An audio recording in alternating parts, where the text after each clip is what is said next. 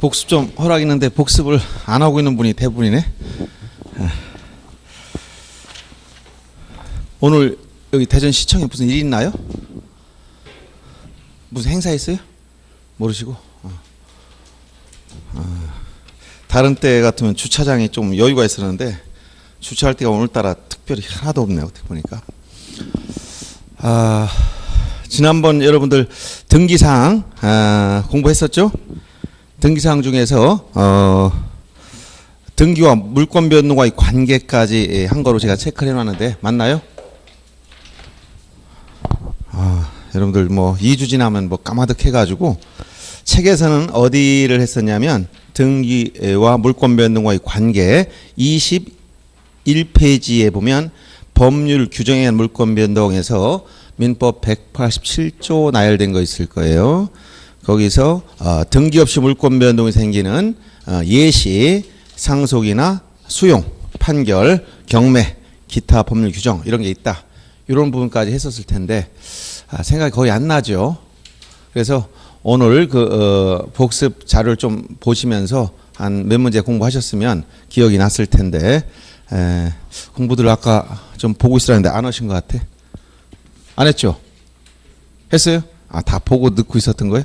예, 잘하셨습니다. 자, 그러면 그 밑에 프린트물에서 지난번에 나눴던 4페이지 하단에 등기와 물권 변동과의 관계에서 그 밑에 일부라고 쓴 부분이 있을 거예요. 요게 상당히 중요한 거예요. 거기 간단한 거지만. 그래서 요거를 찾으셨어요? 오늘 거 말고 오늘 자료 말고 오늘 자료는 1시간 끝나고 할 거예요. 오늘 자료 말고 지난번에 나눴던 자료들. (4페이지) 하단 거기 도표 하나 있죠.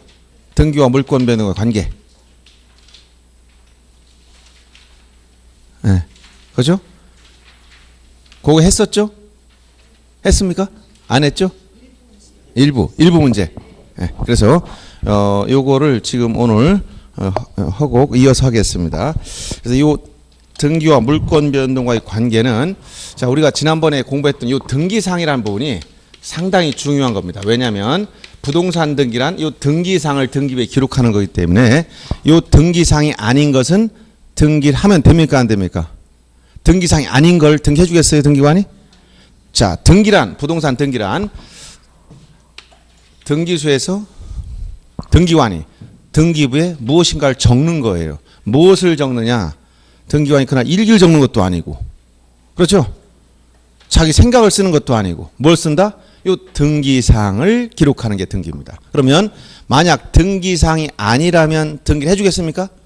등기사항이 아닌 것은 안 해주죠. 그래서 요 등기사항이 상당히 중요한 이유가 만약 등기사항이 아니라면 등기를 해준다 안 해준다? 안 해준다. 이걸 뭐라고 했어요? 각하한다. 자, 각하한다 이렇게 얘기해요.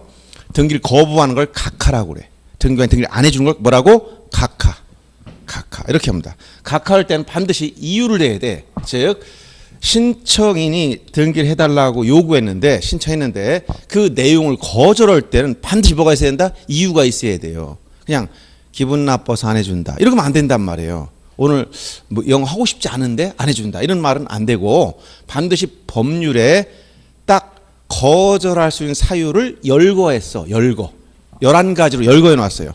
요 11가지 사유에 해당할 때만 각하하는 거예요. 이걸 제한적 열거라고 그래. 그 중에 가장 중요한 것이 요 각하 사유가 부동산 등기법 제29조에 보면 11가지가 있는데 이 11가지 중에 가장 중요한 게 뭐냐면 제2호입니다. 2호. 이게 뭐냐? 사건이 등기할 것이 아닌 때, 즉 등기사항이 아닌 때예요. 연결되는 거예요. 그래서 등기사항이 아니면 29조 2호로 각하된다는 얘기. 그래서 이 사유가 굉장히 많은 거예요. 이게 2호가. 그러면 등기사항은 지난주에 구체적으로 지난번에 공부할 때 등기할 물건이 있었고 즉 토지와 건물. 토지는 뭐냐? 이미 지적에 따라 등록이 됐고 사건의 목적이 된다. 건물은 어떤 것을 등기하느냐? 사회통념상 건물 볼수해야 된다. 이 사회통념상 건물로 볼 수 있는 요건이 까다롭다 했죠. 외기분단성, 지붕, 벽, 기둥이 있어야 되고 그 다음 토지에 정착돼야 되고 반영구성이 있어야 되고 용도에 따라 사용할 수 있어야 된다. 이런 요건을 갖춰야 된다고 했어요. 이렇게 토지와 건물 부동산 중에선. 권리 중에선 8가지라고 했죠. 소유권, 지상권, 지역권, 전세권, 저당권, 권리질권, 채권담보권, 임차권. 여기 해당하지 않는 거 점유권이나 유치권, 뭐 분묘기지권 이런 거 등기할 수 없어요. 등기할 수 있는 권리는 딱 명시되어 있고 또 등기할 수 있는 권리 변동 6가지가 있다고 했어요. 어떤 거? 설정, 보존, 이전, 변경, 처분 제한, 소멸. 이렇게 등기할 물건과 권리와 권리 변동이 열거되어 있어요. 그러면 여기서 이제 전부에 대한 건 당연한 거예요. 권리 전부나 부동산 전부는 당연히 등기할 수 있어요. 아파트 전부에 대한 소유권 이전 당연히 할 수 있어요. 그런데 일부 문제, 일부. 그래서 지금 일부가 문제된 일부. 전부는 당연한데 일부. 자, 일부는 2가지. 자, 부동산의 일부가 있고 부동산의 일부. 그다음에 권리 일부. 요 2가지가 있다는 거예요. 자, 부동산의 일부와 권리 일부. 이걸 구별할 줄 알면 돼요. 자, 권리 일부란 건 권리 불량적 일부. 여러분 권리라는 건 눈에 보여요, 안 보여요? 권리. 소유권 어떻게 생기는 보입니까? 전세권 어떻게 생기는 보여요? 안 보이죠? 왜냐하면 권리는 추상적 개념이기 때문에 법적인 추상적 개념이에요. 그런데 부동산 이건 뭐예요? 부동산 토지와 건물이라고 했죠. 토지 건물. 자, 토지의 일부 보여요, 안 보여요? 건물의 일부 보여요, 안 보여요? 예. 그 정도의 분별력만 있으면 다 맞은 거예요.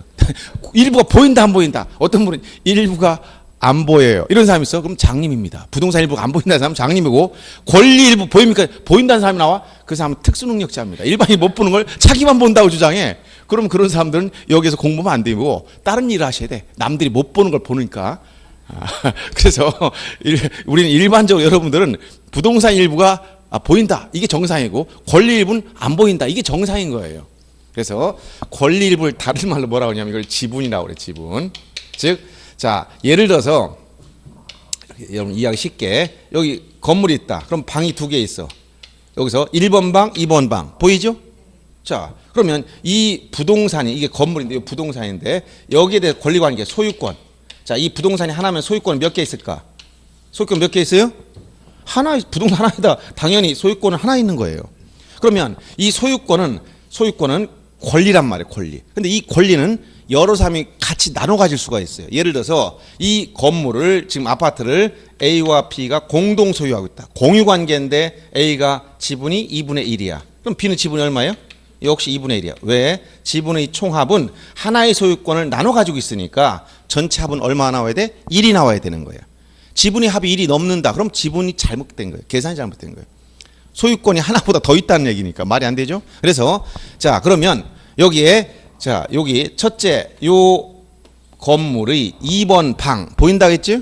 그럼 요 특정 일부야. 이거는 부동산의 특정 일부, 토지나 건물의 일부. 자, 이건 소유권 권리인데 소유권 중 A가 가진 지분 2분의 1 이건 권리 일부야. 눈에 안 보여. 그래서 이렇게 부동산의 일부와 권리 일부를 나눠 가지고 자, 여기서 자, 부동산의 일부는 분명히 여러분들이 눈에 보인다라고 했습니다. 그럼 가시적이다 이런 얘기야. 눈에 보여. 눈에 보이면 사용 수익이 가능한 거예요. 사용 수익이. 즉 여기 1번 방, 2번 방이나 1번 방 특정 요 하나 방에 들어가서 임대차 설정해서 임차인 들어가 살 수도 있고 전세권 설정해 줄 수도 있어요. 그래서 부동산의 일부에는 용익물권. 자, 용익물권은 물론 지상권, 지역권, 전세권이지만 건물의 경우는 요 전세권이고 그다음에 채권 중에서 임차권 같은 것이 건물의 경우에 해당되는 거예요. 그래서 이 용익물권과 임차권은 부동산 특정 일부에 이건 성립이 될 수 있다는 거예요. 이거는 눈에 보이니까 사용 수익할 수 있는 거야. 여기에 2번 방 전세권 설정할 수 있고 1번 방 임차권 설정해 줄 수 있어요. 부동산 일부지만. 그렇죠? 그런데 권리 일부 2분의 1 지분. 자, A가 가진 2분의 1 지분. 여기 전세권 설정할 수 있느냐? 보이면 들어가 살란 말이에요. 2분의 1이 보여요, 안 보여요? 지분 2분의 1 보이는 사람 손 들어보세요. 특수능력자 아무도 없죠. 여기는 일반인입니다. 다 일반이니까 2분의 1 지분은 안 보여. 안 보이니까 사용 수익을 못해. 그러니까 전세권 설정이나 임차권 설정 같은 걸 못한다는 거야. 부동산 특정 일부에는 이게 성립될 수가 없다. 용익물권은 요 권리 일부에는 가능, 여긴 안 되지만 부동산 일부에는 된다. 이런 관계입니다. 그래서 부동산 특정 일부는 용익할 수 있는 권리는 다 설정이 되지만 권리 일부인 지분, 요 지분 눈에 안 보이다 보니까 이런 걸 할 수가 없는 거예요.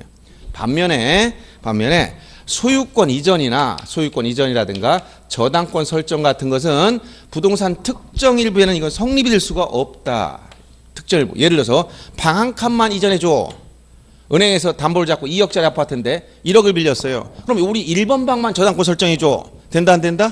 안 되는 거예요. 요 저당권, 담보물권이나 소유권 같은 것은 부동산 특정 일부에 성립될 수가 없다는 거예요. 그러면 권리일부 지분 어떠냐? 이 지분은 권리니까 자유롭게 이전할 수 있고 담보 설정도 가능하다. 이렇게 되는 거예요. 알았어요? 그럼 이게 여러분들 지적에서 어디서 뭐와 관련해서 배웠느냐면 지적에서 토지 이동 사유 중 합병을 배웠어. 합병. 그렇지? 합병 배웠지? 합병이 뭐야? 합병이 뭐라고 용어 정의에서 얘기 좋죠? 합병이란 두 필지상을 한 필지로 합하에 등록하는 거예요. 합치는 거예요. 합치는 거. 자, 합병은 두 필지상의 토지를 한 필지로 합치는 게 합병이었는데 여기서 자, 예를 들어서 10번지 토지, 11번지 토지 두 필지가 있다. A 소유 토지 두 필지가 있어요. 소유자 같고. 요때 두 필지 이상의 토지를 몇 필지로 한 필지로 합치는 걸 뭐라고 했어요? 합병. 지번 결정 어떻게 한다? 선순위 지번. 면적은 합산 처리한다. 이렇게 했었죠? 그래서 지적 청량하지 않는다. 이게 합병이었어, 합병. 근데 이 합병을 할 수 없는 사유. 이걸 뭐야? 합병의 제한.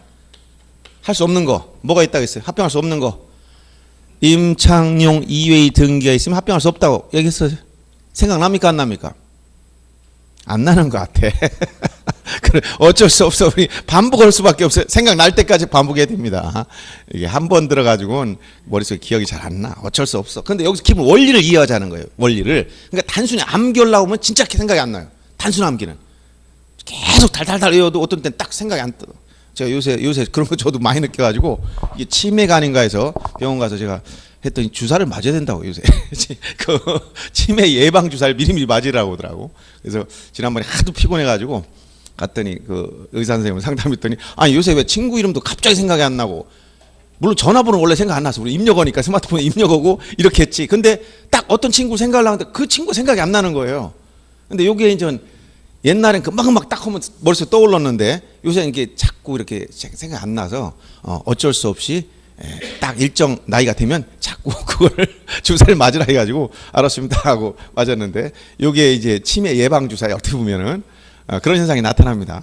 그래서 우리가 이제 생각이 안 날 수 있기 때문에 마구 잡으려 한 경우는 진짜 어거지로 그냥 순간적으로 머릿속에 담아지지만 조금 지나면 또 생각이 안 나요.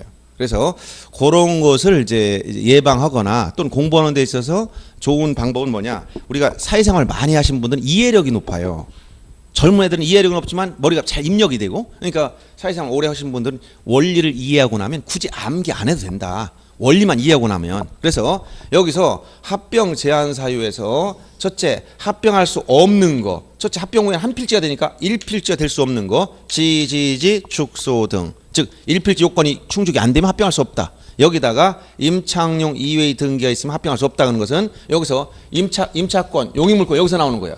자, 임차권, 용익물권은 지금 11번진 한 필지 전부였지만 합병 전에는 합병하게 되면 뭐가 돼? 합병 후 토지의 일부로 전락대유게. 여기 일부가 된단 말이에요. 여기 오른쪽만 되니까. 그러면 일부의 성립이 가능한 권리는 요 임차권, 용익물권이야. 이런 지상권이나 지역권이나 전세권, 임차권이 설정된 토지와 안 된 토지 합병할 수 있다. 왜? 부동산 일부의 성립이 가능하니까. 이런 얘기를 해준 거예요. 여기서 나온 원리가, 이런 원리가 여기서 나온다는 얘기예요. 그래서 합병의 제한 사유와 관련해서 여기서 이 원리를 다 공부한 거예요. 그러면 자 보세요. 여기서 여기 부동산 일부나 권리 일부의 성립이 가능한 것은 요 두 가지. 이쪽은 이건 다 서로 되는데 여기 안 되는 부분 보세요. 자, 권리 일부 지분 눈에 안 보이니까 사용 수익 못 하니까 이거 못 한다 했고, 그다음 부동산 일부는 소유권이나 저당권 설정 이거 할 수 없다 했어요. 그럼 이 안 되는 것을 신청했을 때 요걸 신청하면 전부 다 등기해 준다 안 해준다 이걸? 예? 안 해준다. 각하해. 각하할 때 이유를 대라고 했어요. 이유. 어디라고 있어요? 이거 아까 요거 법 등기법 제29조 2호 사건이 등기할 것이 아닌 때이기 때문에 각하됩니다. 알았어요? 요 각하 사유 상당히 중요한 거예요. 요 여러분 혹시 뒤에 혹시 책은 어디쯤에 보냐면 각하 사유가 106페이지 한번 펴보세요. 책 106페이지 잠깐 봅니다. 그냥 잠깐 나갔다 오는 거예요. 이 책이 여러분 좀 장점은 뭐냐면 다른 책들은 복잡하지만 아주 간결해서 좋아. 너무 많이 나열돼도 처음 공부하는 사람들한테 이게 머리에 정리가 안 돼. 근데 간결한 게 좋은 거예요. 자, 106페이지 보면 각하 사유가 1호가 관할 위반. 사건이 그 등기소 관할에 속하지 아니한 때. 2호가 사건이 등기할 것이 아닌 때. 이게 뭐야? 요 등기상이 아닌 거 이거. 요것이 규칙 52조에 가면 다시 10가지로 나열하고 있어요. 그게 박스 안에 들어간 거예요. 거기에 보면 여러 가지가 있는데 그 중에서 보세요. 여기 요 규칙 52조 다 나열한 건 아니고 여러 가지 좀 섞여 있는 건데 거기 보면 디귿같이 일필토지 일부에 대한 소유권 이전이나 저당권 설정 이게 바로 뭐예요? 토지 건물이 일부에 대한 소유권이나 저당권 설정 못한다. 그러니까 다 뭐예요? 각하하는 거예요. 이 사유들이 많이 들어가 있어요. 그리고 뭐 그다음 거기 보면 리을에 보면 권리 일부 이게 뭐라고 했어요? 지분에 대한 용익물권의 임차권 설정. 자, 이렇게 지분에 대한 용익물권의 임차권 설정 못한다 이 얘기예요. 이런 내용들이에요. 이해됩니까? 이런 거 다 여기에 들어간다는 얘기를 해주는 거예요. 그래서 요 2호가 상당히 중요한 건데 문제도 자주 나옵니다. 그래서 이렇게 여기도 언급되어 있다는 걸 아시고 자, 요게 상당히 중요한 내용이다라고 이해를 하시면 돼요. 다만 이걸 조금 응용하면 소유권 이전이나 저당권 설정 관련해서 이전성을 전제로 해서 요 말이 없어도 자, 소유권 이전이 가능해 이전 가등기도 할 수 있는 겁니다. 그러니까 요 얘기는 소유권 이전을 못하면 부동산 일부에 가등기도 못한다는 얘기야. 왜? 부동산 일부 이전할 수 없으니까 가등기도 못하는 거야. 가등기는 이전할 수 있어야 가등기 할 수 있는 거예요. 아시겠어요? 다 같이 연결되는 것이고 또 여기에 이전성을 전제로 하는 가압류나 처분금지 가처분 그다음에 경매 기입 등기 이런 것들은 다 이전성을 전제로 이전할 수 있다는 걸 전제로 해서 나오는 개념들이기 때문에 이런 건 다 같이 요거 같이 판단하면 돼. 무슨 얘기냐면 자, 부동산 일부를 이전할 수 없지. 토지, 건물의 일부를 이전할 수 없단 말이에요. 그리고 여기 착각하는 사람들이 가끔 나와. 자, 건물 일부 방 한 칸만 이전할 수 없다고 분명히 얘기 줬는데 토지 일부 이전할 수 있느냐 물어보면 또 고민을 해. 토지, 자, 한 필지 토지의 일부 요 오른쪽만 이전할 수 있느냐. 자, A가 자기 땅 반만 B한테 이전할 수 있어요 없어요? 이전할 수 있어 없어? 여기서 고민이 생기지? 할 수 있어 없어? 지금 분명 안 된다고 했잖아. 근데 할 수 있을 것도 같은데라고 또 고민하고 있어요. 왜 그런 고민이 나온다 여러분들이 처음 공부하신 분들은 머릿속에서 이 원리가 분간이 안 돼서 섞여 있기 때문에 그래. 예를 들어서 A가 부동산 자기 땅 반을 B한테 팔 수 있어 없어? 팔 수 있어 없어? 있어요. 자기 땅이 아니라 남의 땅도 팔 수 있어요. 남의 땅도 사서 이전해 주면 되니까. 알았어요? 계약이 얼마든지 할 수 있어. 남의 토지, 남의 건물도 매매 계약 다 체결해도 아무 상관이 없어요. 법적으로 그렇게 비난받는 짓도 아니고 내가 사서 이전해 주면 되니까. 할 수 없으면 이행 불능이 되는 거지만. 무슨 얘기인지 알겠어요? 자, 그러면 부동산 일부 매매 계약 할 수 있죠? 근데 매매 계약하고 구체적으로 소유권이 넘어가려면 어떻게 하라고 했어요? 등기를 해야 돼, 등기를. 그럼 등기하려면 어떻게 돼? 오른쪽만 등기할 수 있어 없어? 못 한다고 했잖아. 그럼 어떻게 해야 돼? 에? 분할을 해야 돼. 분할. 토지를 잘랐어. 만약 10번지를 잘랐다. 그럼 이건 11번지가 되는 거예요. 그럼 이거는 분할하는 순간 요 오른쪽은 부동산 일부야 전부야? 전부가 된 거야. 그러면 일부인 상태로 이전할 수 있어 없어? 못 하는 거야. 어떻게 분할하면 된다. 분할하면 일부가 아니 이미. 분할한 순간 다시 뭐가 돼? 전부가 된 거예요. 그러니까 일부를 이전할 수 있어 없어? 토지 일부를. 토지 일부 이전할 수 있습니까 없습니까? 없어. 토지 일부를 이전 등기를 할 수 없어요. 전제가 뭐야? 분할을 해야 돼. 그럼 분할하고 분필 등기한 다음에 자, 분할한 순간 뭐가 된다고? 전부가 되는 거야. 그래서 부동산 일부는 뭐 할 수 없다? 이전할 수 없다. 이걸 잘 기억하고 있어야 돼. 아시겠죠? 네, 그래서 요 말도 다 연결되니까 그럼 여기서 토지나 건물 일부를 이전할 수 없으니까 일부에 대한 가등기도 못하고 일부에 대한 가압류도 안 되고 처분금지 가처분도 안 되고 경매 기입 등기도 안 되는 거예요. 예를 들어서 요 방 한 칸만 경매하겠다. 돼 안 돼? 안 된단 말이에요. 부동산 전부에 대해 성립될 수 있는 권리인 소유권이나 저당권을 이 담보권 실행하는 게 경매라면 특정 일부에 대한 경매 기입 등도 못하는 거예요. 이 원리가 같이 따라가는 거란 말이에요. 같이. 이 원리를 응용하는 게 굉장히 많기 때문에 잘 이해해 두시라는. 오늘 넘어갈 부분이 어디냐? 등기 효력. 책에선 23페이지 보시고 자, 오늘 지난번 나눴던 프린트물 5페이지 펴보세요. 5페이지 펴보시면 그 등기 효력에서 자, 그 몇 가지 보면 권리변동적 효력, 대항적 효력, 추정적 효력 등등이 있는데 특히 시험에 많이 나오는 것은 순위 확정적 효력과 추정적 효력 5번과 6번입니다. 그래서 여러분들이 이 등기 효력에서 주의할 것은 다른 표현이 없이 등기 효력이다. 등기 효력이다. 이렇게 설명했을 때 그럼 효력을 기준으로 나누면 등기는 어떻게 나눠지냐면 종국 등기하고 뭐가 있냐면 예비 등기가 있다라고 얘기해 줬어요. 종국 등기와 예비 등기. 요 예비 등기 속에 가등기가 있습니다. 가등기가. 그러면 요 가등기는 지금 현재 물권 변동은 안 생겨. 장차하게 될 어떤 청구권을 보존하기 위한 목적으로 하는 게 가등기입니다. 요 가라는 것은 거짓이라는 얘기 아니에요. 거짓 가짜지만 이건 여기서 임시적이다. 임시 가짜야. 임시. 임시적인 등기에 불과하다는 얘기야. 최종적인 게 아니다 하는 얘기. 그럼 종국 등기라는 건 뭐냐? 등기함으로써 물권 변동 등의 효력이 최종적으로 발생하는 등기를 말합니다. 그러면 지금 현재 여기서 등기 효력이라는 말을 딱 쓰면 도대체 어떤 등기냐? 다른 표현이 없으면 이것은 종국 등기 효력을 말하는 거예요. 종국 등기 효력. 종국 등기와 예비 등기 사이에 이렇게 빨간 선을 쳐놨어요. 이 빨간 선이란 건 뭐냐? 넘어갈 수가 없다는 거야. 넘어갈 수가 없다. 38선이야, 38선. 이거 넘어갈 수 없어. 그럼 종국 등기 효력이 지금 여기 6가지를 얘기할 거예요. 첫째, 물권 변동, 즉 권리 변동적 효력. 등기함으로써 물권 변동 효력이 발생한다. 권리 변동의 효력이 발생한다. 이런 거. 그리고 등기하면 대항적 효력. 그 다음에 뭐 점유적 효력. 그 다음에 형식적 확정력 내지 후등기 저지력. 이런 것들이 나와요. 확정력 내지는 후등기 저지력. 그 다음 순위 확정적 효력. 그 다음에 추정적 효력. 자, 이 6가지 종국 등기 효력은 이것은 어디에 붙이면 안 되냐면 예비 등기에 붙일 수가 없어. 이 선을 넘어올 수가 없습니다. 아셨어요? 그래서 다른 표현이 없으면 등기 효력이라는 것은 종국 등기 효력을 말하고 이건 예비 등기에 붙일 수 없다. 그럼 먼저 예비 등기가 뭐냐? 가등기가 남아있다 했지? 가등기는 언제 하는 거냐? 수업 시간에 따로 뒤에서 설명하겠지만 장차 하게 될 본등기 순위를 미리 보전할 목적으로 하는 순위 보전적 효력이 있다. 물권 변동 효력도 없고 대항적 효력도 없고 아무것도 없어요. 여기는 순위만 보전해.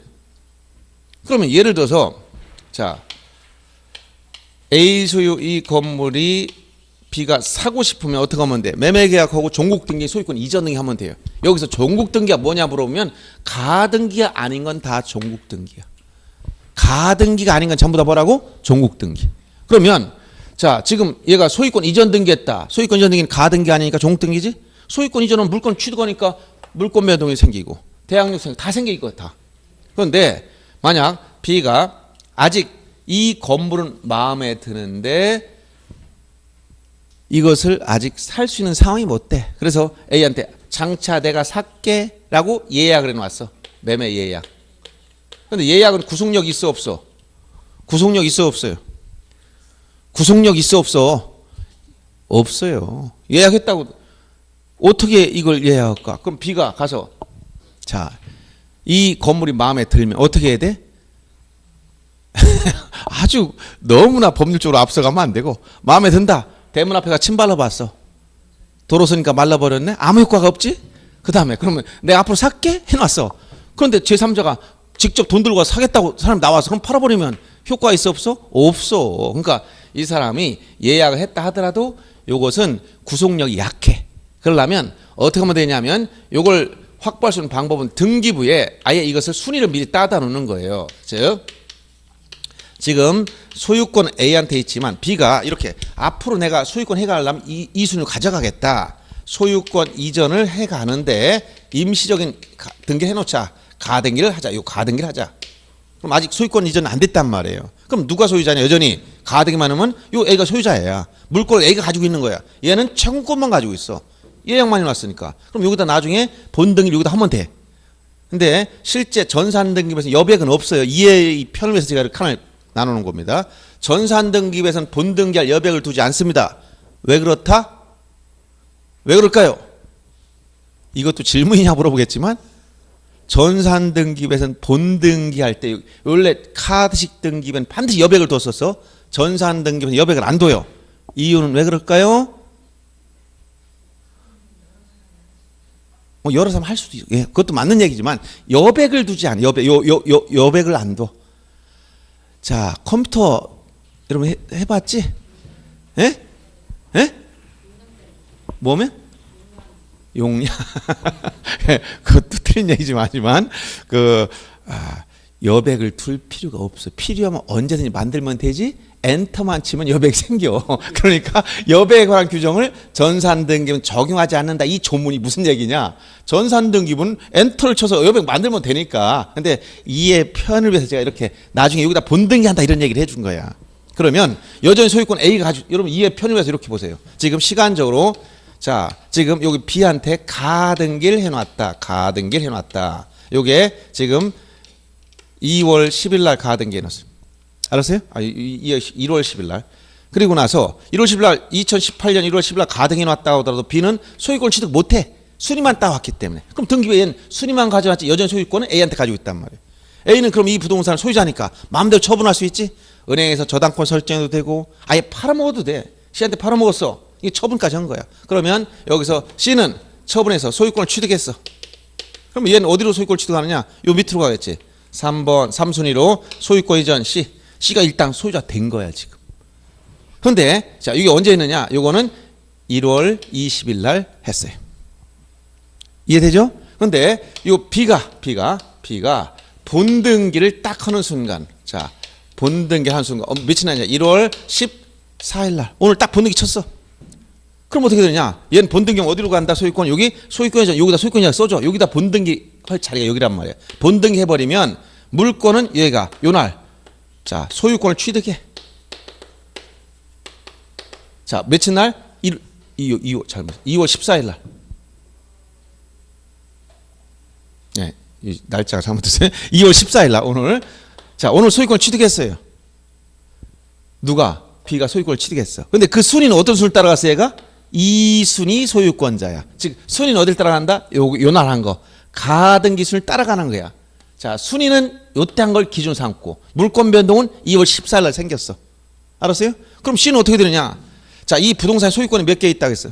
하나밖에 없어. 그럼 B가 2월 14일 날 소유권을 취득했는데 순위는 요때 한 순위를 따라갔으니까 2순위 소유권자야. 그럼 얘는 3순위지.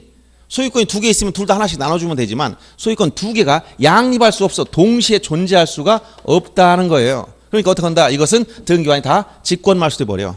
이건 직권말소된단 말이에요. 그래서 자 여기서 보시다시피 이 가등기는 장착하게 될 본등기의 순위를 미리 보전하는 효력이 있다. 이걸 순위 보전적 효력. 이해되죠? 이게 가등기 효력 중에 가장 중요한 거예요. 그런데 거기 그 밑에 가등기다 먼저 써놓으세요. 가등기 무슨 효력이 있다고? 프린트물 밑에 써놓으세요.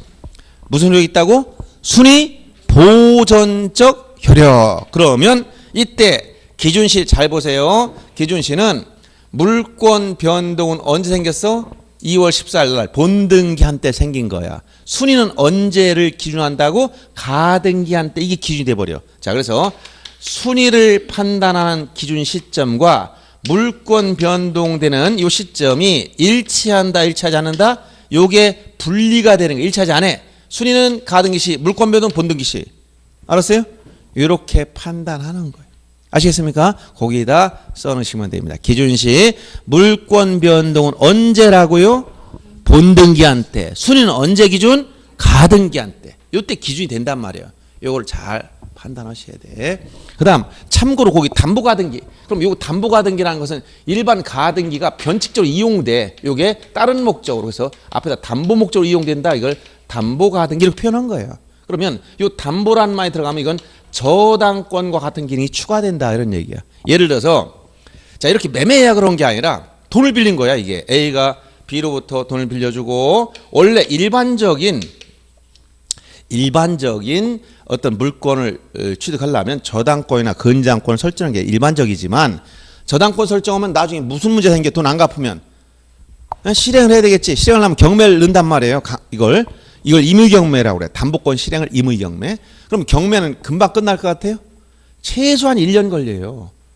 경매 집어넣어서 나중에 예, 여기에 대해서 우선 변제 우리가 배당 받을 때까지 1년 이상 걸린단 말이에요. 또 경우에 따라 더 걸리는 것도 있어요. 그러면 빨리 가야 1년 걸리는 거야. 쉽게 얘기하면. 사전에 감정평가하고 조사하는 데만 벌써 한 3개월 소요돼. 1차, 유찰, 2차, 유찰, 3차 뭐 이렇게 가다 보면 시간이 1년은 잡아야 되는 거예요. 기본적으로. 그러면 채권자 나중에 돈 받기 쉬워 어려워? 쉬워요 어려워요? 어렵잖아. 법원이가 경매해야 되고 집행해야 되고 왔다 갔다 쫓아다녀야 되고 어렵지?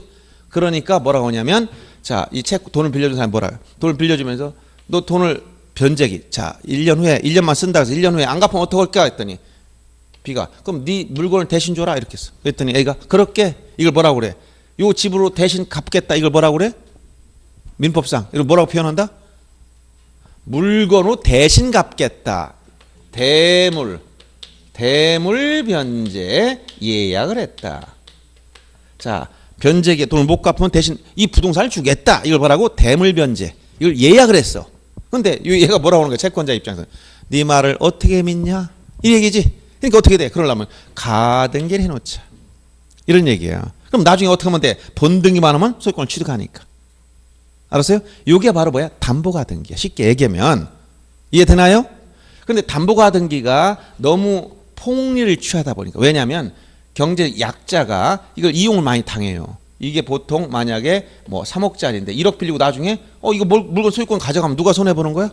채무자 손해보잖아요. 그래서 이런 것을 막기 위해서 가담법이 나온 거예요. 가등기, 담보 등에 관한 법률 반드시 청산 절차를 거쳐라. 그냥 뺏어가지 말고 이런 내용이에요. 이게 그래서 여러분 민사특별법에서 하나 또 공부할 게 생긴 거야. 이 소비대 채무제에서 이런 문제 생겼기 때문에. 그러면 여기서 이런 경우 일반 청권 보전 가등기는 원인이 매매 예약이지만 요 담보가등기 등기 원인이 대물 변제 예약으로 들어가요. 알았어요?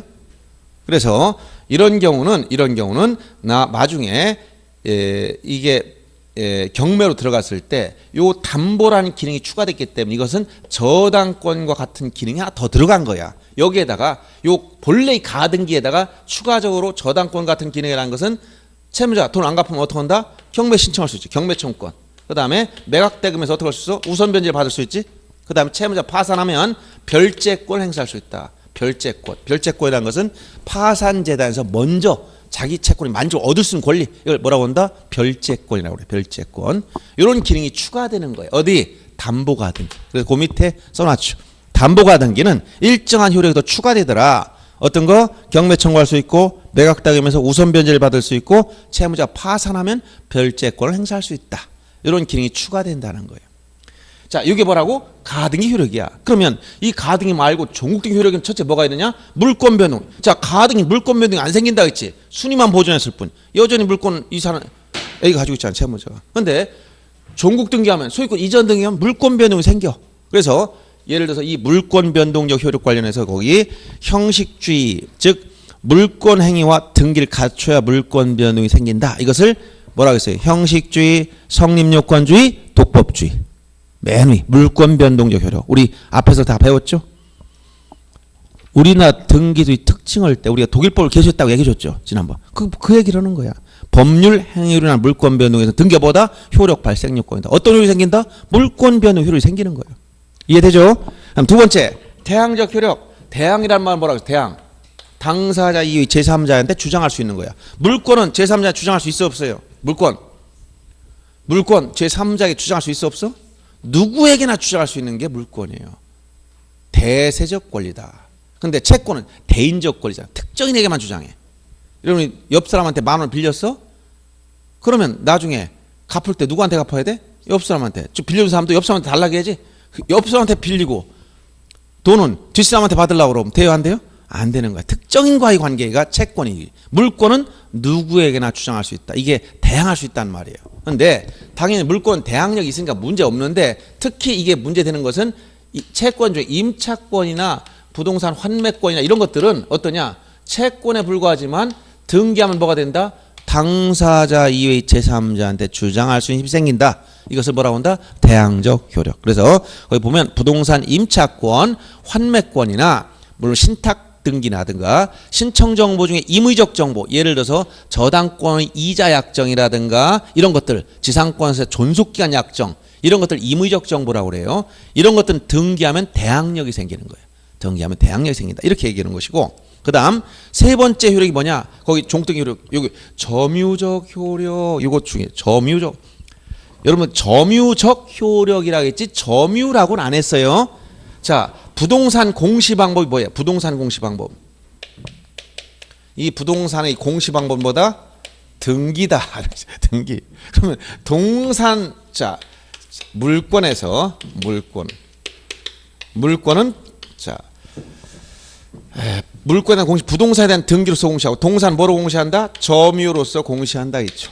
공시 방법. 그래서 우리는 공시 원칙을 채택하고 있다. 부동산 등기를 채택하고 있고 동산 점유라는 걸 우리가 인정하고 있어요. 그러면 동산에 대한 공시 방법이 점유인데 지금 뭐라고 했어요? 지금 부동산 등기에 뭐가 있다? 점유적 효력이 있다. 여기서 점유적이라는 것은 점유한 것과 같은 효력이 있다. 이런 얘기.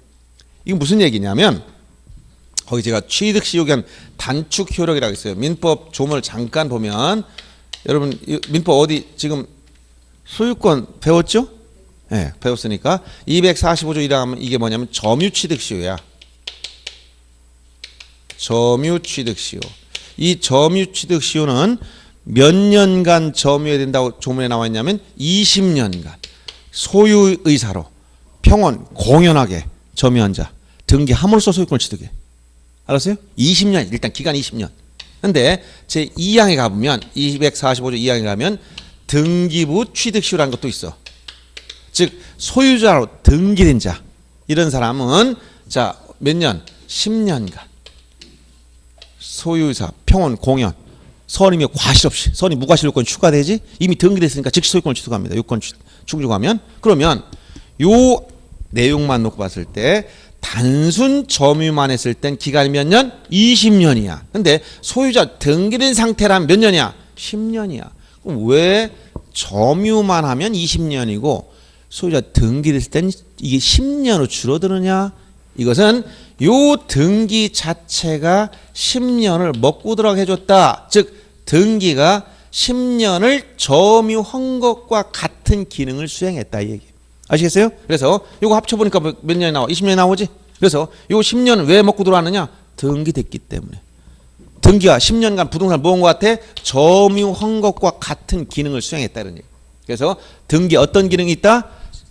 점유적 효력이 있다라고 하는 거예요. 이걸 다른 말로 뭐라고? 취득시효 기간을 단축시키는 효력이다. 원래 취득시간은 점유취득시효 20년인데 등기된 상태면 10년 줄어들었잖아요. 이것을 뭐라고 표현한다? 점유적 효력. 다시 뭐라고? 점유적 효력. 이렇게 자꾸 용어들이 처음 듣는 말 나오면 자꾸 해보세요. 점유적 효력이 있다. 이렇게 얘기하는 거예요. 그 다음에 여기서 형식적 확정력 내지 후등기 저지력 이 얘기는 뭐냐? 형식적 확정력 후등기 저지라는 것은 일명 이걸 껍데기 효과 이렇게 껍데기 빈 껍데기 효과다.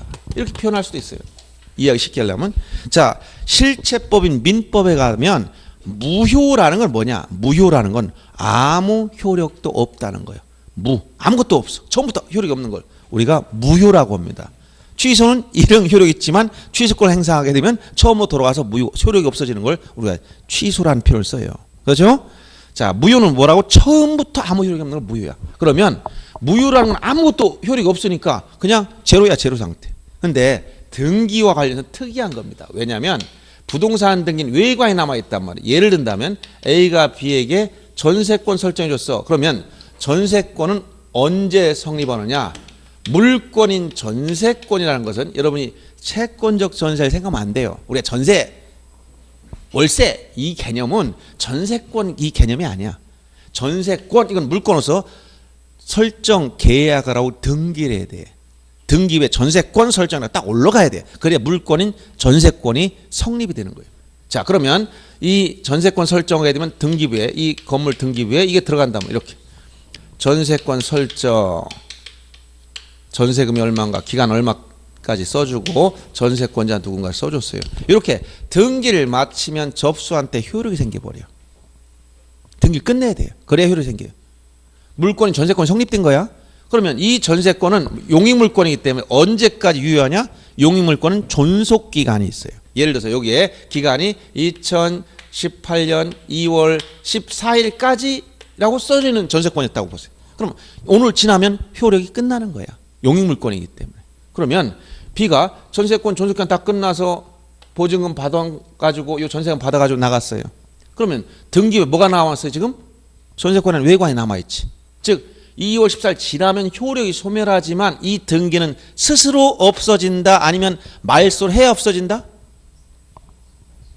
스스로 없어지진 않지. 기간 지났다고 전세권 등기가 나는 이제 스스로 없어질 때가 됐나 보다. 스스로 소각하자 해가 스스로 지가 없어지지 않아. 등기가 남아있잖아요. 즉 소멸 14일 지나면 이제 무효가 돼버린다는 거예요. 효력이 용익물권이니까 무효가 돼버렸어. 그러면 무효가 됐지만 뭐가 남아있어? 여기 외관이 남아있어. 형식적 껍데기가 남아있단 말이에요. 알맹이 다 없어졌어. 쉽게 얘기하면. 그러면 A가 이거 나갔으니까 다시 또 누구한테 이거 세를 줄까 하다가 C가 나한테 전세권 설정해 주세요. 그래서 설정을 하려고 걔하고 등기하러 갔더니 등기관이 또 안 해주는 거야. 왜 안 해주느냐? 자, 등기부에 요 빈 껍데기가 남아있다는 거예요. 이게 뭐야? 빈 껍데기가 형식적으로 외관상 효력이 있기 때문에 이 밑에 후등기를 못하게 막고 앉아 있어요. 알았습니까? 그럼 어떻게 해야 돼? 여기 C한테 전세권 설정해 주려면 외관을 제거해야 돼. 동일부동산에 전세권 2개 있을 수 없단 말이야. 양립할 수 없기 때문에. 그러면 먼저 이거부터 말소해 놓으라는 얘기야. 말소하지 않으면 전세권 못해 절대로. 그럼 여기다 말소부터 해야 돼. 그러면 어떻게 한다? 2번. 1번 전세권 말소해서 이걸 다 지워줘야 돼. 외관을 먼저 없애야 돼. 지우고 나서. 이러고 나서 비로소 깨끗한 상태가 되면 여기다 비로소 전세권 설정을 해줄 수 있다. 시작이. 알았어요? 이렇게 이해가 전세권을 하려면 무효인 전세권에 놔도 이 등기를 말소하지 않는 이상 양립할 수 없는 요 전세권 등기 못하게 돼 있어요. 이걸 뭐라고 한다? 후등기 저지력 내지 형식적 확정력 일명 껍데기 효과. 빈 껍데기만 남았어도 민법상은 무효라면 아무 효력이 없는 거야. 그러나 등기법에 오면 무효의 등기는 뭐냐? 아무 효력이 없는 게 아니라 이런 껍데기 효과가 있어요. 껍데기 등기 오면 껍데기도 효과가 있어. 돼지 껍데기 얘기 들어봤지? 돼지 껍데기 쓸모가 있다 없다? 안주로 잘 쓰잖아요. 그래서 자 민법에서는 무효이지만 등기에 오면 무효인 등기라도 말소하지 아니하면 다른 등기를 못하게 막고 앉아 있어. 이런 걸 뭐라고 한다? 후등기 저지력 내지 형식 확정력. 돼지 껍데기 생각하세요. 항상 돼지 껍데기가 생각나면 후등기 저지력을 생각해야 돼. 이걸 뭐라고? 형식적 확정력. 이해되죠? 자, 여기까지 요 개념들 알아두는 거 중요하고 이제 중요한 거 이 2개가 제일 중요해요. 순위 확정적 효력, 그다음에 추정력. 요 2가지가 시험에 제일 많이 나오는 거예요. 지금 조금 쉬어야 될 것 같아요. 좀 쉬었다 하겠습니다.